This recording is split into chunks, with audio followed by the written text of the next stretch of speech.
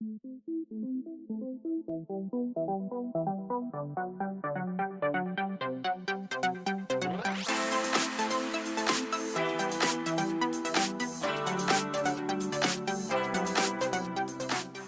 the moment you get to Oxford, you sort of feel that this is a special place, a unique place, because the whole vibe of students coming from libraries going straight to nightclubs and going back to the library afterwards, and this sort of, surrounding the surreal atmosphere that's in the city is kind of like draws you in from the first minute, really. Hi, my name is Paul. I'm a final year student here at Oxford, studying philosophy, politics and economics, and I'm originally from Germany. Because Oxford has this weird structure of having 8 weeks of term and then just a very long vacation, everything happens in those 8 weeks. So I wouldn't say I have a typical day or a routine that I follow, but I tend to be in the library by 9 a.m. So I wake up at 7:30, 8 to get a coffee before, okay, and then spend basically the whole day until like 2 p.m. in the library. Then I get my lunch, usually in one of the small cafes around the libraries. And then the afternoon is basically back in the library or extracurriculars. So you meet up in different coffee shops, talk to people about their projects, how things are working out on certain projects that you're doing together, and have a bit of social time as well. And then back to the library till usually about 10-ish, 9:45.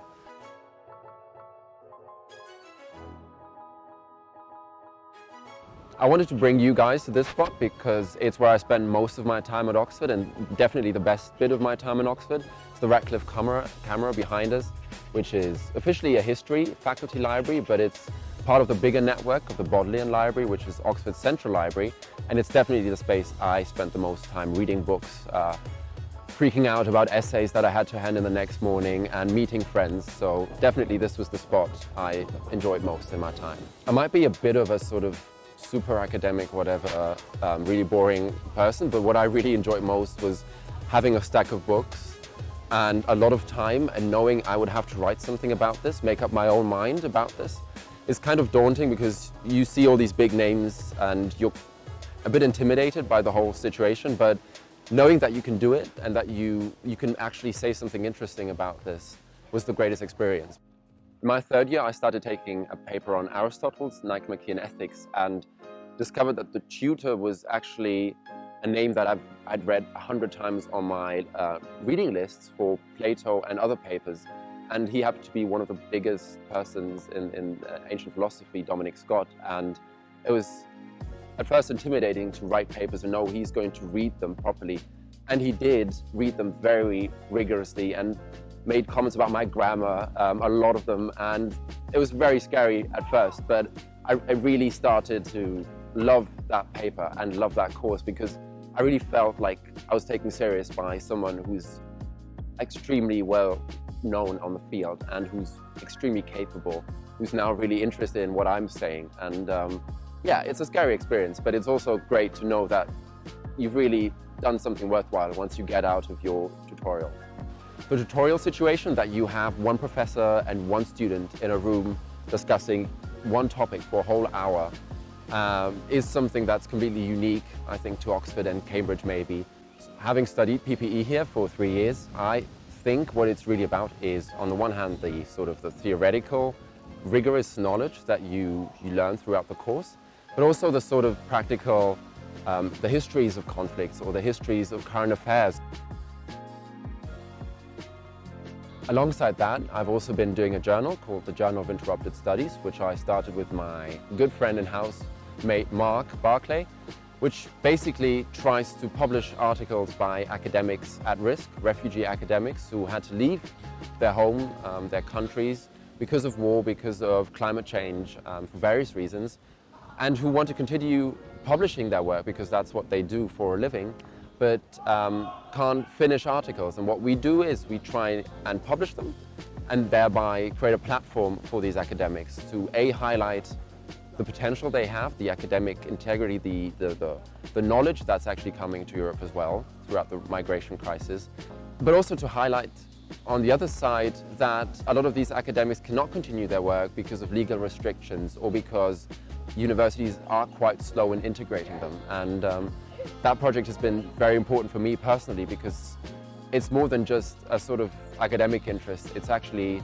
meeting people who suffered and who are now finding a new perspective to the world. Mark and I developed the journal in all the small little coffee shops around Oxford, and the Missing Bean was definitely the place we kept on coming back to and the place we actually started the journal de facto.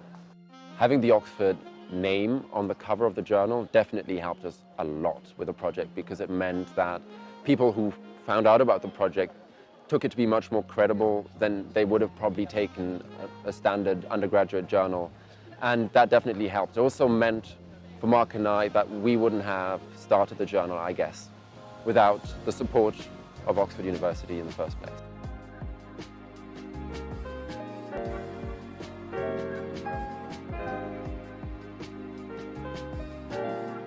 I came to Oxford thinking that it'd be super academic and there wouldn't be much social life going on, but actually discovered that it's basically, a huge part of the Oxford life. Every college has its own JCR and college bar attached, which means you get subsidized drinks, which is great because Oxford is insanely expensive. And the other thing is the JCR is a spot to just hang out and meet people from the undergraduate community. So it's just great because you get to chat to people and talk about life at uni, and there are no senior tutors around, so it's kind of very intimate. But everything social sort of starts within the college, means that social life is completely different here than it is back home, where you know people from maybe school or neighborhoods. So that makes Oxford's social life completely different. But at the same time, if you're in a very small college like me, you tend to be out much quicker, so you leave the nest much more. And again, it depends on which college you're at.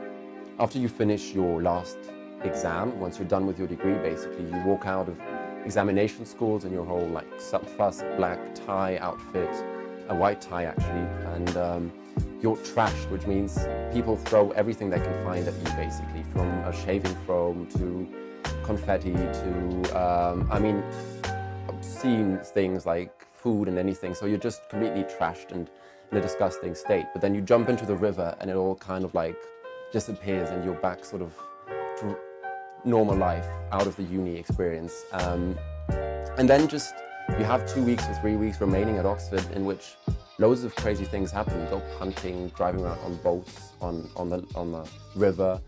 You go to sports, concerts, you go clubbing, and you go to balls, white tie balls. But so that's gonna happen today for me, and that's how I'm gonna end my time at Oxford. White tie means you have to wear a tailcoat, which looks like a penguin at first, but then you've got to wear a waistcoat as well. And where the name comes from, a white tie. So this one's one that I have to tie up, which will take me a good half an hour if I do it properly. These flowers are called carnations. It's a tradition at Oxford that you wear them to your exams. So you wear the white one on your first day of exams and the red one on the last day of exams. But I just think they look quite cool on a white tie outfit, so I'm just going to put one here and see how it works tonight at the ball. I've never been to a white tie ball before, so I'm not really sure what to expect, but I just hope I can meet people for the last time and say goodbye to a lot of people, but also sort of leave Oxford on a high note, on feeling like, yeah, this was a great time and this is how I want to conclude it.